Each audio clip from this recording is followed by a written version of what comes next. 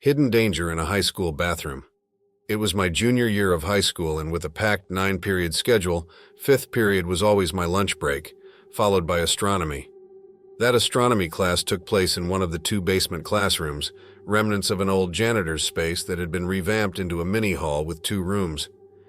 This chamber, as everyone called it, was creepy when empty, had no intercom, and hosted only second-period classes. Despite the eerie vibe, people loved it for its air conditioning and easygoing classes. On the day of our astronomy quiz, I finished early as usual and texted my friend JJ to meet me in the basement bathroom since he was in the other basement classroom. As we were chatting in the bathroom, JJ got a message saying the school was on lockdown. Since our teachers hadn't noticed us slipping out, we decided to sneak upstairs to see what was happening. But when we opened the door to the main floor, the halls were pitch black, lit only by dim lobby lights, highly unusual during lockdowns. Then we spotted a man approaching us from the darkness. Not a teacher, not staff, but someone who looked entirely out of place. We quickly retreated to the basement and hid in the bathroom, plunging it into darkness. Just then, the bathroom door creaked open, and someone started walking toward us, breathing heavily. JJ whispered that we should crawl out of the stalls, but even the whisper was loud in the silence.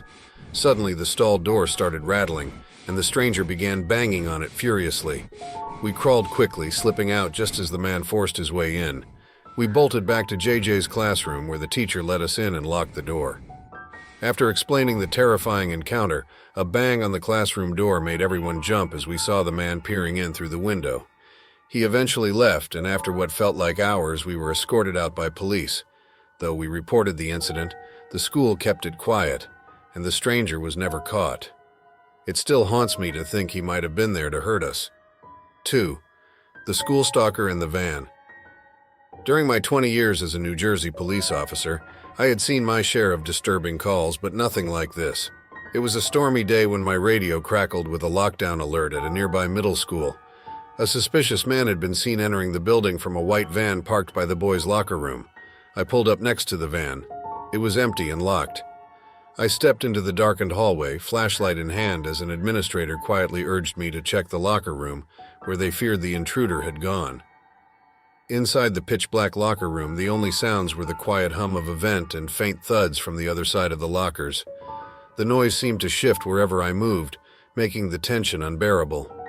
As I neared the door to the adjacent football locker room, a loud slam startled me. I shouted, "Police!" and a voice screamed, "Help!" from inside a locker.